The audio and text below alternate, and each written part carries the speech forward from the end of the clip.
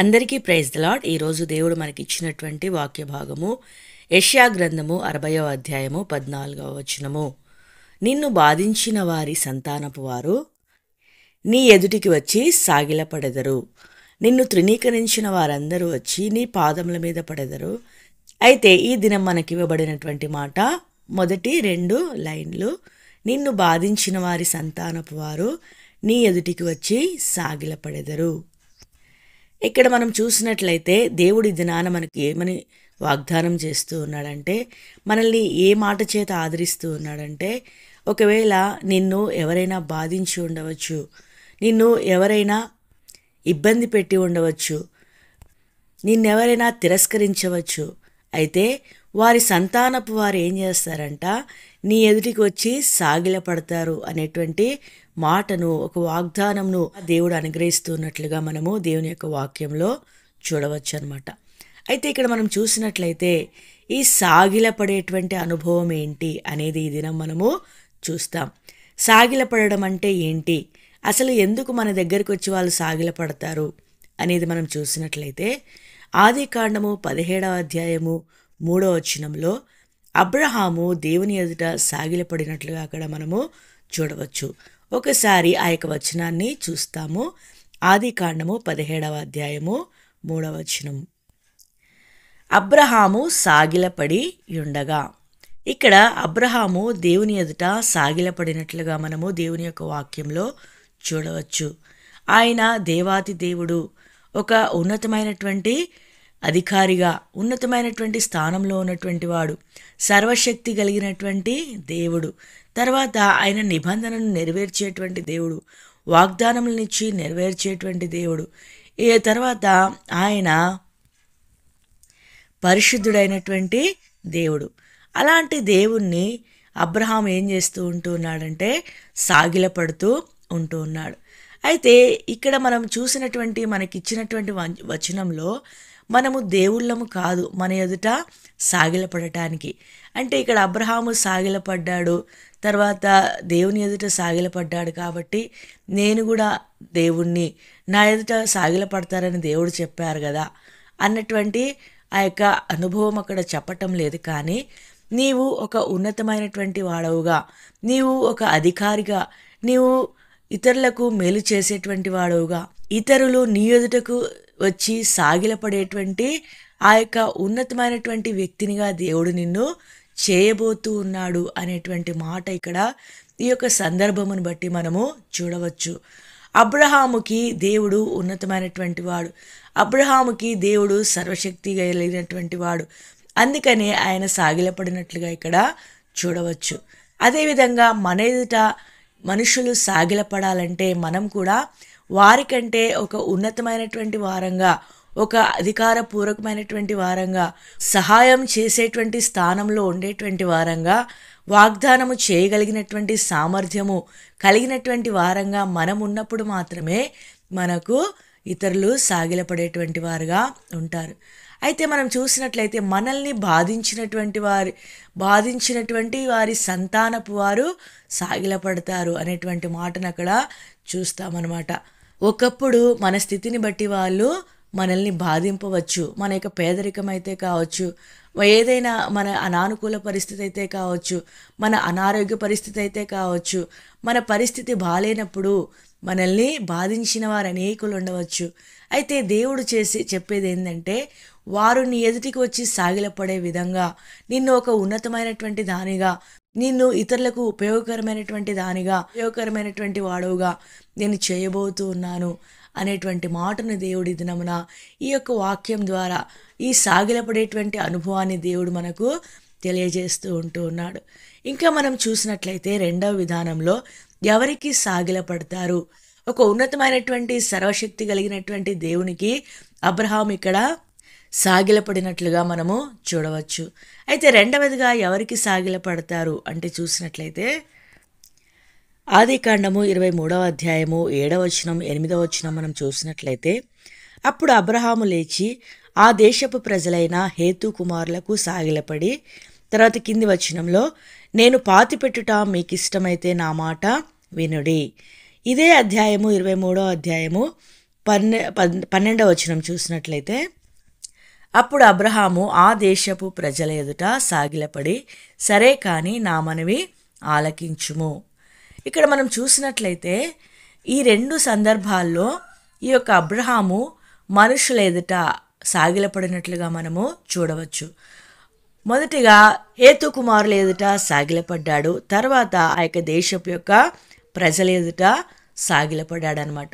ఈ 2 సందర్భాల్లో కూడా అబ్రహాము ఎందుకు సాగిలపడ్డాడంటే వారితో ఒక మనవి చేసుకుంటూ ఉన్నాడనమాట. అంటే ఈయన చేయబోయేటువంటి మనవి వాళ్ళు వినాలి, వాళ్ళు విని ఆ యొక్క మాటకు సమ్మతించాలి, ప్రార్థించేటువంటి అనుభవాన్ని ఇక్కడ చూపిస్తూ ఉందన్నమాట.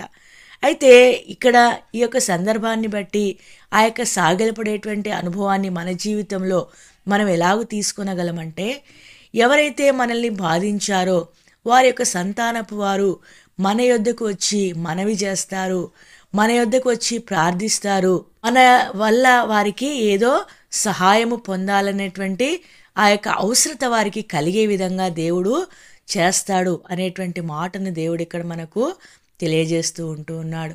మొట్టమొదటిగా మనం చూసినట్లయితే అబ్రహాము దేవుని ఎదుట సాగిలపడినట్లుగా చూస్తూ వచ్చాం. అబ్రహాము దేవుని ఎదుట సాగిలపడేటువంటి ఆ యొక్క అనుభవాన్ని మనం చూసినప్పుడు మనం ఒక ఉన్నతమైనటువంటి వారినిగా, ఒక అధికారపూర్వకమైనటువంటి వారినిగా దేవుడు చేస్తాడు గనుక వారు మన ఎదుటికి వచ్చి సాగిలపడతారు అనేటువంటి విషయాన్ని చూస్తూ వచ్చాం.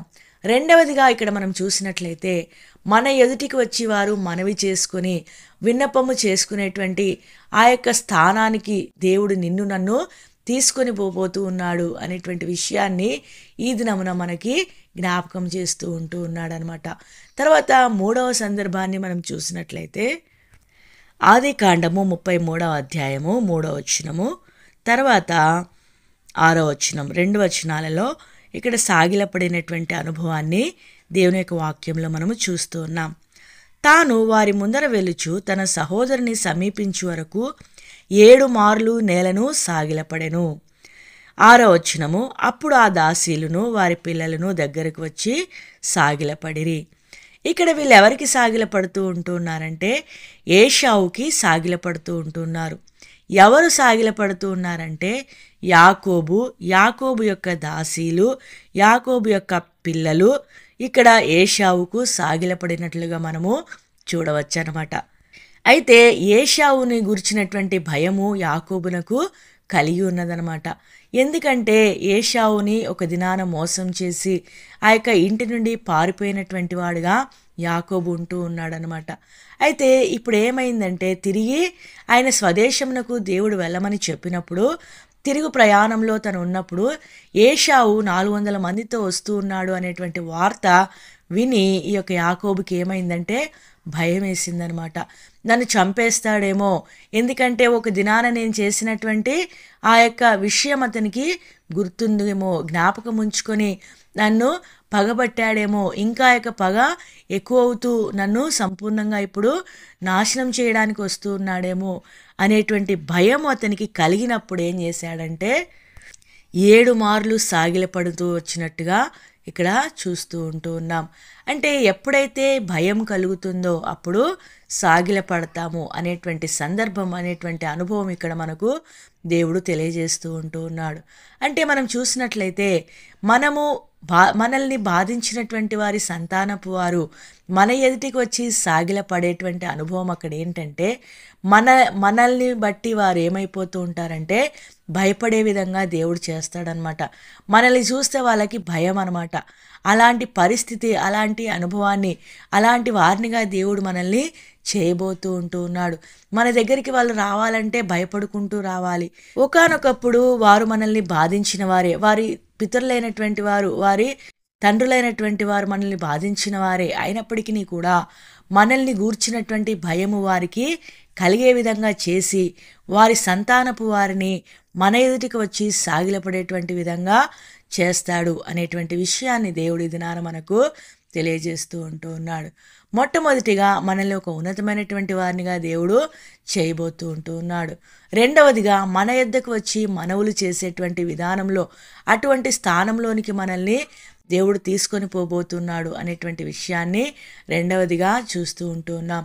మూడవదిగా మనం చూసినట్లయితే మనల్ని చూస్తేనే భయపడే విధంగా, మనల్ని గూర్చినటువంటి భయము ఇతరులకు కలిగేటువంటి విధంగా, మనల్ని బాధించిన వారికి కలిగే విధంగా దేవుడు మనల్ని చేయబోతూ ఉన్నాడు అనేటువంటి విషయాన్ని దేవుడు ఈ యొక్క వాక్యం ద్వారా మనకు తెలియజేస్తూ మనల్ని ధైర్యపరుస్తూ ఉన్నట్లుగా దేవుని యొక్క వాక్యం ద్వారా మనము చూడవచ్చు అనమాట.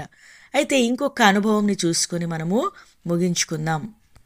ఆది కాండము 50వ అధ్యాయము 18వ వచనంలో మనం చూసినట్లయితే, మరియు అతని సహోదరులు పోయి అతని ఎదుట సాగిలపడి, ఇదిగో మేము నీకు దాసులమని చెప్పగా. ఇక్కడ మనం చేసినట్లయితే దాసులు యజమానులకు సాగిలపడినట్లుగా ఇక్కడ దేవుని యొక్క వాక్యం ద్వారా మనకు అర్థమవుతుందన్నమాట. యోసేపు యొక్క సహోదరులు యోసేపును గురించినటువంటి భయమును కలిగినటువంటి వారే యోసేపు ఎదుట సాగిలపడుతూ వచ్చినట్లుగా ఇక్కడ దేవుని యొక్క వాక్యంలో చూడవచ్చు. అందుకే యోసేపు అంటూ ఉన్నాడు, భయపడకుడి. భయపడకుడి అంటే వాళ్ళు ఏదో భయాన్ని కలిగి ఉంటున్నారనేటువంటి, మేము నీ దాసులము అని తమను తాము తగ్గించుకుంటూ ఆయన యోసేపు దగ్గరికి వచ్చి అక్కడ ఆయనకు సాగిలపడినట్లుగా దేవుని యొక్క వాక్యంలో మనము చూస్తూ ఉన్నాం. అంటే ఇక్కడ మనం చూసినట్లయితే దాసులు యజమానులకు సాగిలపడతారు అనేటువంటి మాట ఇక్కడ ఈ యొక్క వాక్యాన్ని బట్టి మనకు అర్థమవుతుంది. అంటే దేవుడు మనల్ని యజమానులుగా చేయబడుతూ ఉంటూ ఉన్నారు. మనల్ని ఎవరైతే బాధించారో వారి యొక్క సంతానపు వారిని మనకు దాసులుగా ఉండే విధంగా దేవుడు చేస్తూ ఉంటూ ఉన్నాడు అనేటువంటిది 4వ అనుభవం అన్నమాట. అంటే మనల్ని ఎవరైతే బాధించారో, ఎవరైతే ఇబ్బంది పెట్టారో వారి యొక్క సంతానపు వారిని మన ఎదుటికి వచ్చి సాగిలపడే విధంగా అటువంటి స్థానంలో మొదటిగా మనల్ని ఉన్నతమైనటువంటి స్థానంలో దేవుడు ఉంచాలని కోరుతూ ఉంటూ ఉన్నాడు. అప్పుడే వారు మన ఎదుటికి వచ్చి సాగిలపడగలరు. తర్వాత రెండవదిగా మన ఎదుటికి వచ్చి మనవి చేసేటువంటి అనుభవంలో అటువంటి స్థానంలో దేవుడు మనల్ని ఉంచబోతూ ఉంటూ ఉన్నాడు. కనుకనే వారు మన ఎదుటికి వచ్చి సాగిలపడతారు. మూడవదిగా మనల్ని ఏం చేయబోతూ ఉన్నాడంటే, మనల్ని గూర్చినటువంటి భయం, మనమంటే వారికి భయం పుట్టే విధంగా మనల్ని ఉంచబోతూ ఉంటూ ఉన్నాడు. కనుకనే వారు మన ఎదుటికి వచ్చి సాగిలపడతారు. తర్వాత 4వదిగా మనకు వారిని దాసులుగా చేయబోతూ ఉంటూ ఉన్నాడు. గనుకనే వారు మన ఎదుట ఏం చేస్తారు? సాగిలపడతారు. ఈ యొక్క 4 అంతల సాగిలపడేటువంటి అనుభవంలోనికి దేవుడు నిన్ను నన్ను తీసుకుని రాబోతూ ఉంటున్నాడు. కనుక నిన్ను బాధించిన వారి నిమిత్తమై నీవు బాధపడవలసినటువంటి అవసరము లేదు. దేవుడు నిన్నేం చేస్తూ ఉంటూ ఉన్నాడంటే, వారే నీ ఎదుటికి వచ్చి సాగిలపడేటువంటి ఆ యొక్క అనుభవంలోనికి నేను దేవుడు తీసుకొని పోబోతూ ఉంటూ ఉన్నాడు. ఈ 4 అంతల అనుభవము మన జీవితంలో దేవుడు మనకు చేయబోతూ ఉన్నాడు. కనుక మనము ధైర్యం వహించి ఆత్మీయ పోరాటంలో ముందుకు కొనసాగుదుముగాక. దేవుడు మనకిచ్చినటువంటి కొన్ని మాటలను దీవించి ఆశీర్వదించునుగాక. మరొకసారి మనకిచ్చినటువంటి వాక్య భాగమును చదువుకొని ముగించుకుందాం. యెషయా గ్రంథము 60వ అధ్యాయము 14వ వచనము, నిన్ను బాధించిన వారి సంతానపు వారు నీ ఎదుటికి వచ్చి సాగిలపడెదరు. దేవుడి కొన్ని మాటలను దీవించి ఆశీర్వదించునుగాక. ఆమెన్.